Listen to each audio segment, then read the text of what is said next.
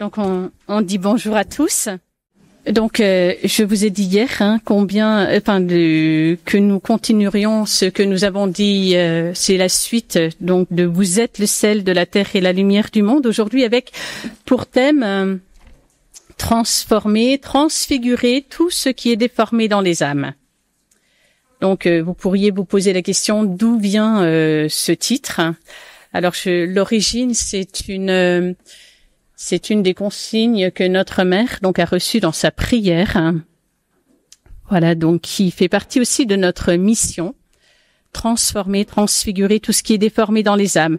Donc on pourrait se poser la question pourquoi ce titre a été mis ce matin après avoir vu cet appel de Jésus à être sel de la terre et lumière du monde.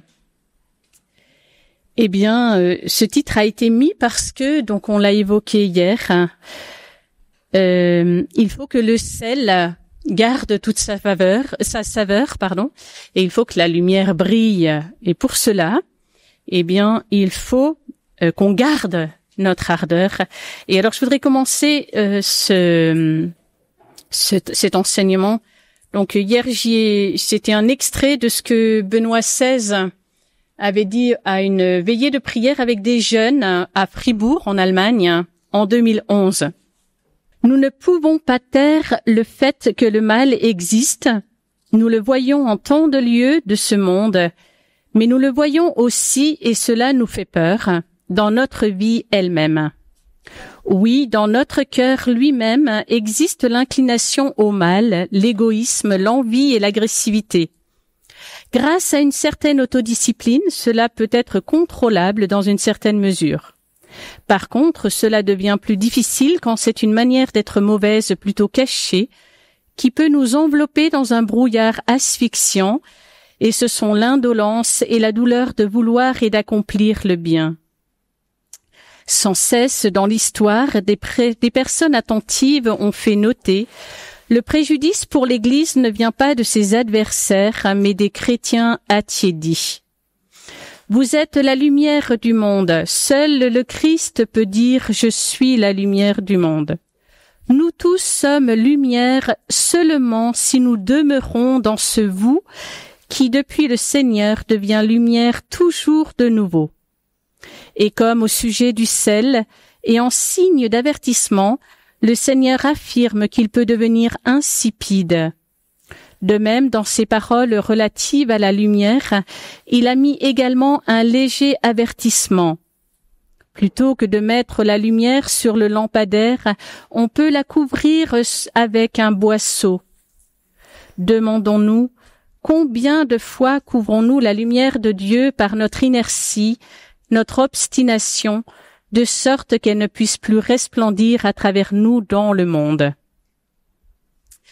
Fin de citation.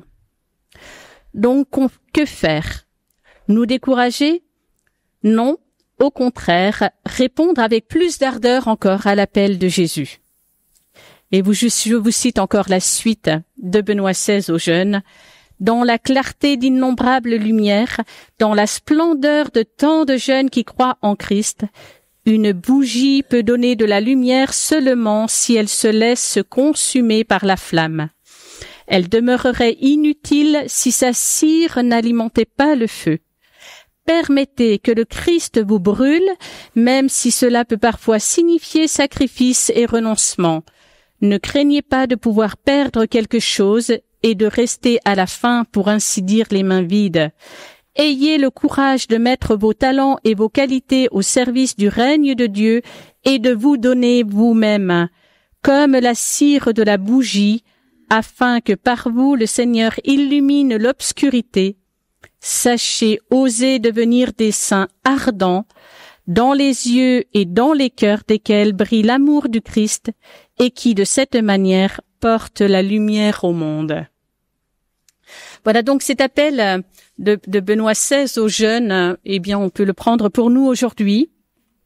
Voilà, avec ce désir vraiment de transformer, de transfigurer tout ce qui est déformé dans les âmes.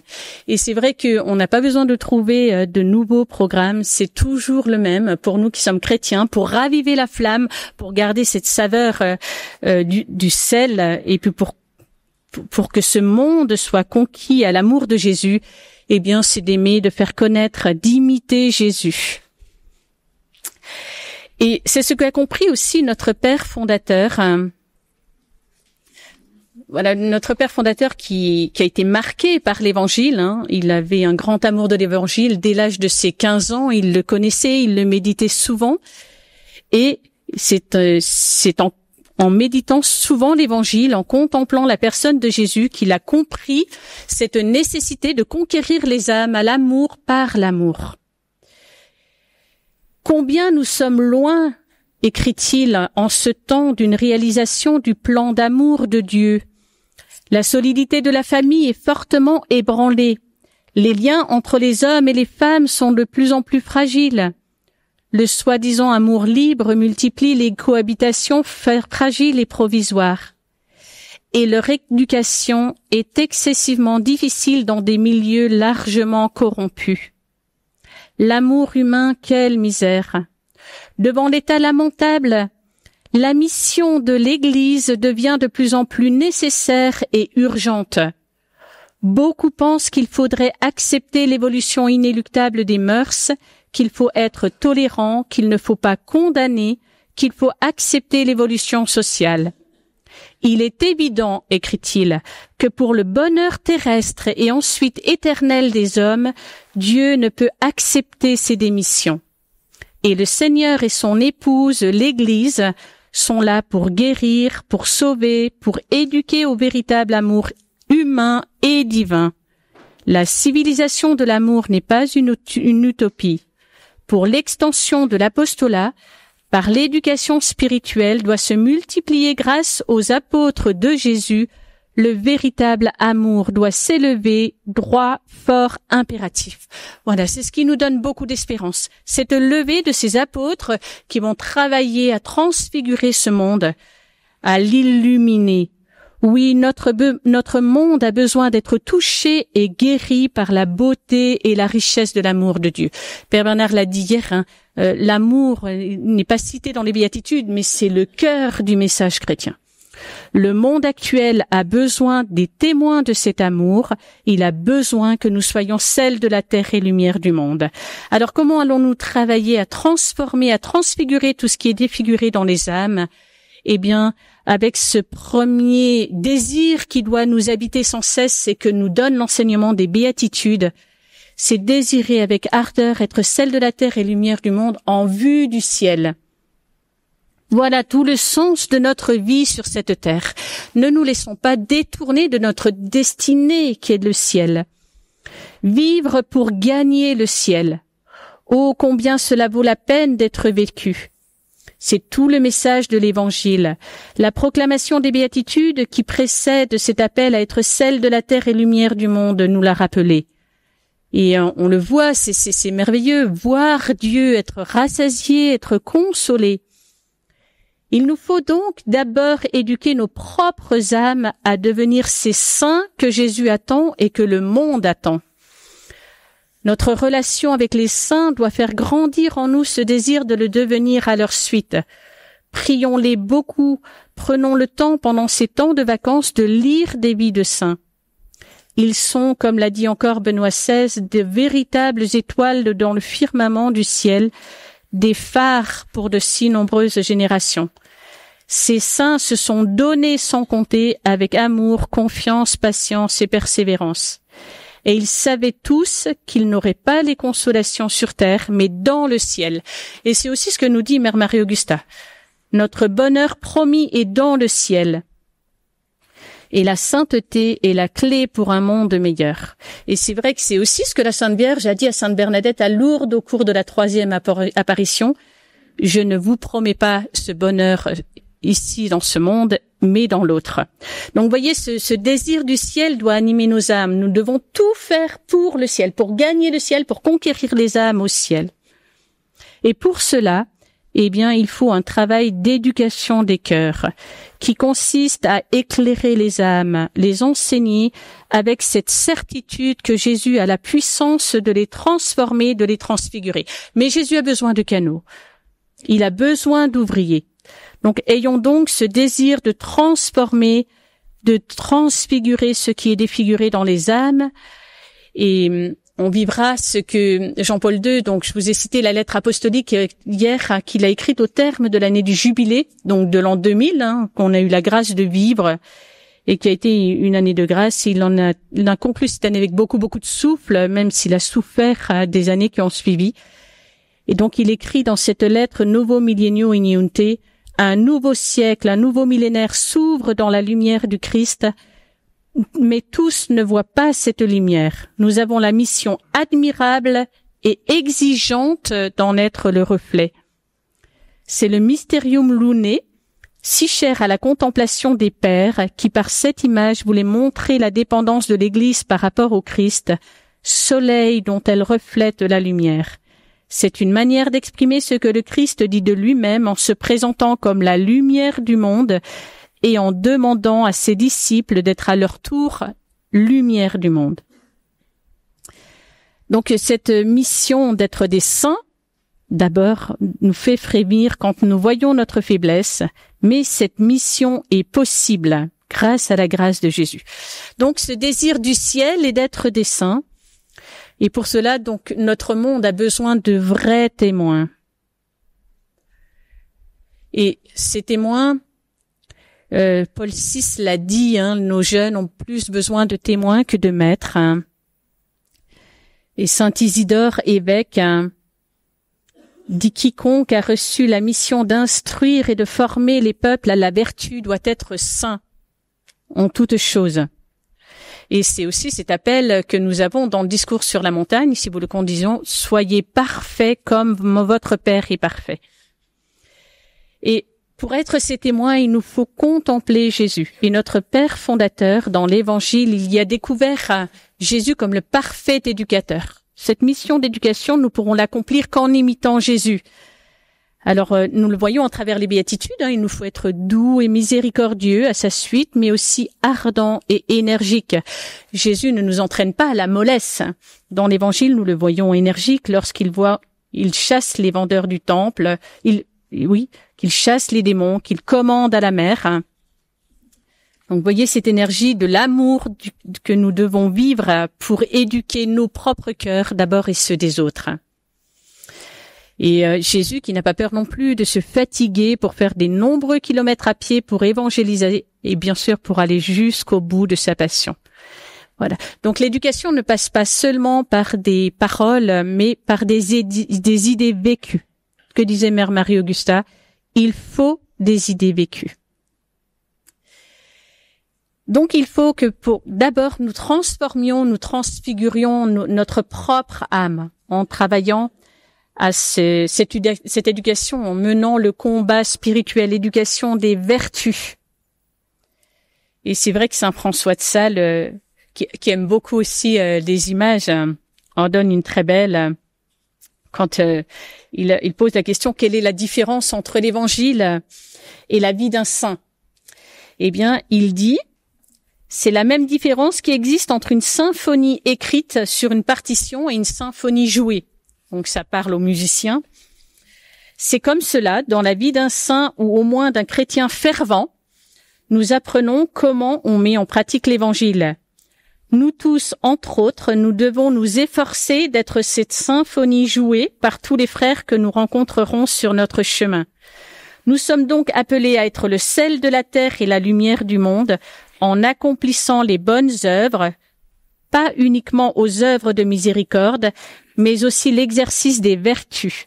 Vertus théologales, foi, espérance et charité, vertus cardinales, justice, prudence, force et tempérance, et encore les vertus qui se trouvent dans les béatitudes, donc patience, pureté, humilité, douceur, humilité et pauvreté d'esprit. Donc voyez pour nous l'importance de méditer l'évangile pour que nous soyons les premiers à vivre l'exercice des vertus. Et donc, l'exercice des vertus, ça veut dire, encore une fois, c'est pas dans la facilité. Un exercice, on se fatigue, on fait un effort. normal. Mais avec la grâce et que Dieu nous donne, eh bien, nous pouvons mener ce combat avec cette certitude qu'on obtiendra la victoire. Et c'est vrai que ce combat qui doit être mené avec patience, qui demande beaucoup de patience. L'éducation demande beaucoup de patience d'abord envers nous-mêmes. On voit combien Dieu est patient entre nous, à notre égard. Depuis tant d'années, on n'a pas encore obtenu cette grâce de la sainteté, mais il faut continuer à travailler. Et le Père, notre Père fondateur, relève que dans le mot patience, eh bien, il y a le verbe latin pati, souffrir. Donc, ça fait partie de ce combat, d'avoir à faire des efforts, à souffrir. Donc, ce désir de transformer d'abord notre propre âme pour être témoin dans ce monde et éclairer ce monde, donner une saveur à ce monde. En gardant dans nos cœurs cette ardeur missionnaire, donc bien sûr qu'il faut qu'on se sanctifie soi-même, mais on sait qu'une âme qui s'élève et élève le monde, donc en ayant aussi ce désir de travailler à l'éducation des âmes dans ce monde. Donc pour vous, parents, votre première responsabilité, ce sont l'âme de vos enfants, mais ce sont aussi l'âme de tous ceux qu'on côtoie dans le travail, dans nos études, dans toutes les associations dans lesquelles et cette ardeur missionnaire qui doit être animée par cette urgence. On a dit hier notre mère qui disait le temps presse, les démons s'est déchaîné. Et c'est aussi cette ardeur qui animait Saint Paul, qui lui-même, par sa conversion, a été éclairé par Jésus ressuscité. Caritas Christi urget not. La charité du Christ nous presse. Donc cette conversion, cette transformation d'abord de nos propres âmes par notre propre conversion, et puis ce travail d'éducation spirituelle en vue de la sanctification et de la transformation des âmes. Et même, vous voyez, dans la consigne que nous laisse notre mère, il y a aussi transfigurer. Voilà, donc ce qui fait penser à ce mystère lumineux de la transfiguration. Vous voyez, Jésus, dans sa transfiguration, il reflète la lumière de Dieu. Voilà, on n'a pas besoin. Bon, hier il y avait ce concert, on imagine sans doute un énorme des spots et des spots et des spots qui éclairent. Eh bien, nous, en tant que chrétiens, il n'y a pas besoin de spots qui éclairent. C'est la lumière du Christ en nous parce que nos âmes sont transfigurées. Donc, l'importance de l'éducation. Donc, la sagesse, le sel, avons-nous dit hier, est le symbole de la sagesse. Donc, dans ce travail d'éducation, proclamons à temps et à contre-temps l'importance d'obéir aux commandements de Dieu. La sagesse, c'est mettre Dieu à la première place. N'ayons pas peur de l'enseigner à ceux qui nous entourent. Éduquer n'a jamais été facile, et cela nous semble encore plus difficile aujourd'hui. Père Bernard nous a rappelé hier ce que disait Mère Marie-Augusta. L'éducation est un divin métier. Oui, nous avons besoin de l'aide de Dieu. Vous, parents, enseignants, et tous ceux qui exercent des responsabilités éducatives le savent bien. On pourrait en rejeter spontanément la faute sur les nouvelles générations, comme si les enfants qui naissent aujourd'hui étaient différents de ceux qui naissaient auparavant. Eh bien non. La cause principale est surtout ce manque de transmission de la foi, de certitude et de valeur. Donc n'ayons pas peur. Toutes les difficultés que nous rencontrons pour transfigurer les âmes ne sont pas insurmontables. Mais nous savons que chaque âme de ceux que d'abord nos propres âmes et ceux que l'on côtoie possèdent une liberté. Et c'est vrai que là encore, Mère Marie-Augusta peut beaucoup nous aider. Elle disait de la liberté, c'est un don précieux quand on en use bien, et c'est aussi une arme redoutable. Donc cette liberté, il nous faut l'éduquer. Donc une éducation demande une réelle éducation. Les parents préoccupés et souvent angoissés pour l'avenir de leurs enfants la demandent. Beaucoup d'enseignants qui vivent la triste expérience de la dégradation de leurs écoles la demandent. La société dans son ensemble la demande. Les enfants et les jeunes la demandent. Donc nous tous qui croyons en Jésus, nous ne devons pas avoir peur. Dieu ne nous abandonnera pas pour cette belle et grande mission. Et il nous faut y répondre aujourd'hui, pas demain. Et c'est pour ça que c'est très beau ce matin en prenant le tract, parce que je l'avais pas lu avec assez de détails. J'ai trouvé ça très beau, cette citation du Père, du 15 octobre 79. Donc elle est vraiment toujours d'actualité. Et le Père écrit, donc je l'avais pas prévu dans mon topo, mais je vous l'ai dit, j'ai un petit peu de temps. C'est tout de suite que Dieu veut conquérir les âmes par des chrétiens vivants. Il faut faire son possible pour que chez nous, des chrétiens de plus en plus nombreux se fortifient pour être prêts à affronter les combats que les événements peuvent nous préparer, mais surtout pour que leur vie soit lumière et chaleur pour les âmes et que se prépare avec eux et en partie par eux la civilisation de l'amour que le Tout-Puissant prépare envers et contre tout, malgré la rage de l'enfer pour notre pauvre terre. Donc, voyez, tout de suite, donc aujourd'hui, Jésus a besoin d'éducateurs. Et c'est vrai que, vous voyez, hier, quand Père Bernard parlait des béatitudes en disant, dans les béatitudes, il n'y a rien de l'amour, mais on retrouve l'amour qui est don. Eh bien, tout éducateur véritable sait que pour éduquer, il doit se donner lui-même. Et il doit donner quelque chose de lui-même. Donc, l'amour, c'est le don. Et dans l'éducation, eh bien, il est normal qu'on ressente de la souffrance. La souffrance fait aussi partie de la vérité de notre vie. Et c'est vrai qu'il faut qu'on reste fort dans la souffrance. Hein. Et aussi qu'on se rende compte que la souffrance, elle porte son fruit. La capacité d'aimer correspond de fait à la capacité de souffrir et de souffrir ensemble. C'est on vous disait tout à l'heure, hein, l'exemple de Jésus qui était énergique en portant sa croix jusqu'à la fin. C'est notre modèle. Et l'éducation ne peut se passer donc de l'autorité. Donc n'ayons pas peur. Alors une autorité qui est animée d'amour, mais qui s'impose, qui impose la vérité, qui impose ces valeurs que l'on doit garder. L'autorité qui est le fruit de l'expérience aussi et de la compétence et qui s'acquiert surtout, et je le redis, par la cohérence de notre propre vie.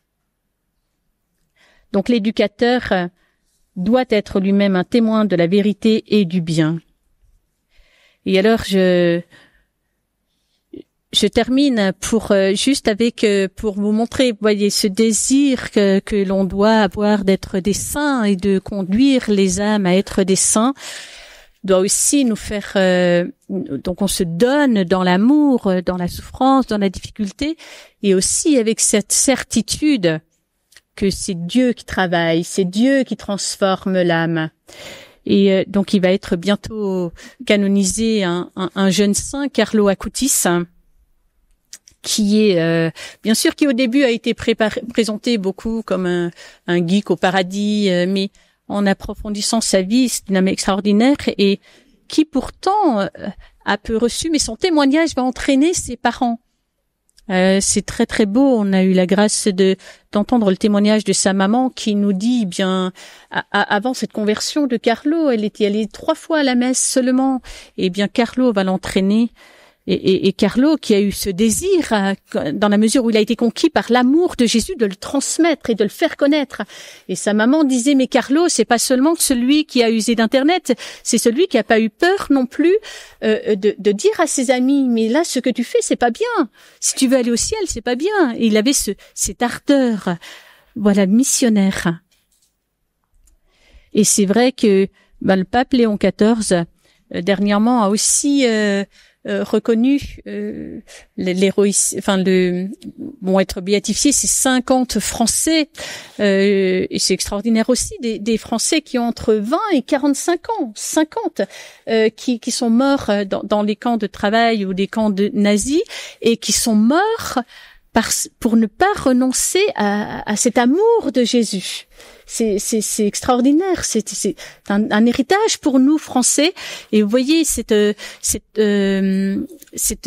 faut faire lire à ceux qui nous entourent et nous-mêmes ces vies de saints qui nous stimulent à aimer Jésus, à désirer ce ciel. Et je termine encore par une citation donc de Benoît XVI dans Spe Salvi, puisque cette année sainte a pour thème l'espérance. J'ai développé dans la récente lettre encyclique Spe Salvi sur l'espérance chrétienne. Seule une espérance fiable peut être l'âme de l'éducation, comme de la vie tout entière. Aujourd'hui, notre espérance est assiégée de toutes parts, et nous risquons de redevenir nous aussi, comme les païens d'autrefois, des hommes sans espérance et sans Dieu dans ce monde, comme l'écrivait saint Paul aux chrétiens d'Éphèse.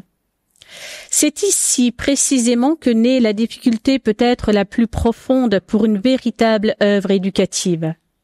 À la racine de la crise de l'éducation se trouve en effet une crise de confiance dans la vie.